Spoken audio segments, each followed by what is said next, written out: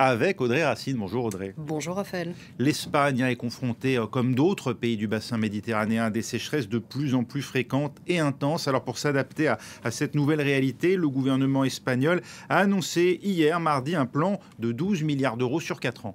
Oui, cet argent, il va servir à deux choses. D'abord, stopper le gaspillage en eau en améliorant le système de canalisation pour éviter les fuites et à se procurer de l'eau ailleurs que dans les nappes phréatiques qui sont régulièrement à sec en Espagne. Il s'agit de retraiter les eaux usées et de dessaler de l'eau de mer. On va rejoindre tout de suite à Madrid notre correspondante Armelle Exposito. Armelle, ça paraît énorme cette somme de 12 milliards d'euros, mais pour l'Espagne, c'est une priorité absolue de lutter contre la sécheresse. Alors oui Audrey, tout à fait. Ce qu'il faut bien comprendre, c'est que l'Espagne, c'est le pays d'Europe le plus touché par la sécheresse. On aurait pu penser que les torrents d'eau qui se sont abattus sur le pays récemment, eh bien, ils auraient rempli les réserves d'eau. Mais non, elles continuent de baisser. Et pour vous donner un ordre d'idée, elles ne sont qu'à 37% de leur capacité en moyenne. Alors, les régions les plus touchées par cette sécheresse, ce sont l'Andalousie et la Catalogne. 9 millions de personnes y ont subi cet été des coupures d'eau. Et dans de nombreux villages, des restrictions sont toujours en vigueur. Alors oui, vous l'avez dit, 12 milliards d'euros, c'est beaucoup, mais ce n'est rien lorsqu'on rapporte ce chiffre aux pertes du secteur agricole qui est particulièrement touché. La production de céréales en Espagne est divisée par 2 cette année et la production d'huile d'olive va également être divisée par 2 et ce pour la seconde année consécutive. Alors je le disais, dans ce plan, il s'agit d'éviter le gaspillage en eau, mais surtout de trouver de nouvelles ressources en eau. Alors oui, ces 12 milliards d'euros, ils vont être consacrés à 3 grands chantiers. D'abord, la réutilisation des eaux usées, ensuite l'amélioration du système de canalisation et enfin le développement d'usines de désalinisation. Alors l'Espagne, elle en compte déjà plus de 750, c'est l'un des leaders en la matière en Europe.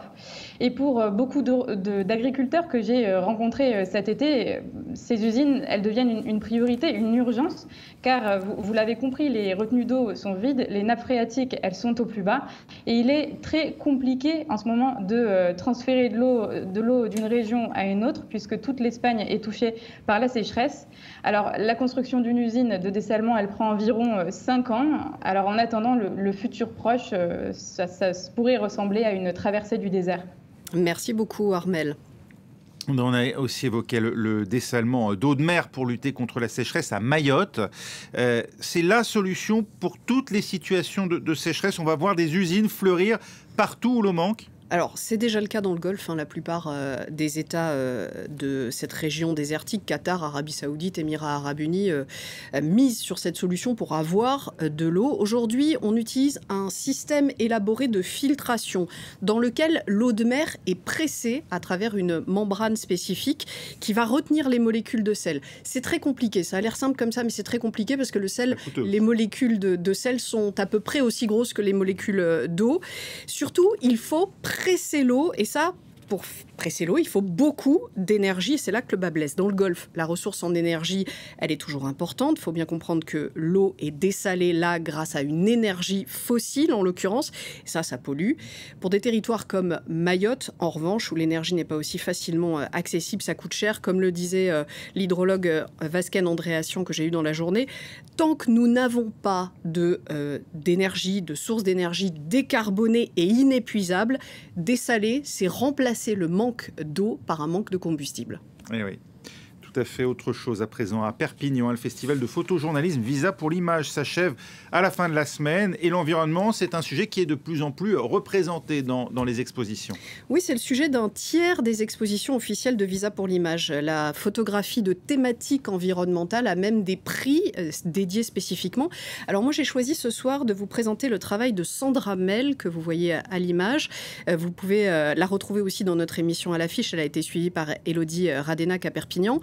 Elle a suivi, Sandra Mell, pendant 7 ans, la vie sur l'île de Jean-Charles en Louisiane. C'est une île dont les habitants ont dû être relogés sur le continent en raison de la montée des eaux qui grignotent l'île. Ce sont les premiers réfugiés climatiques américains. Et ils ont reçu, eux, de l'aide de l'État fédéral. Étrangement, ils sont privilégiés. Écoutez pourquoi.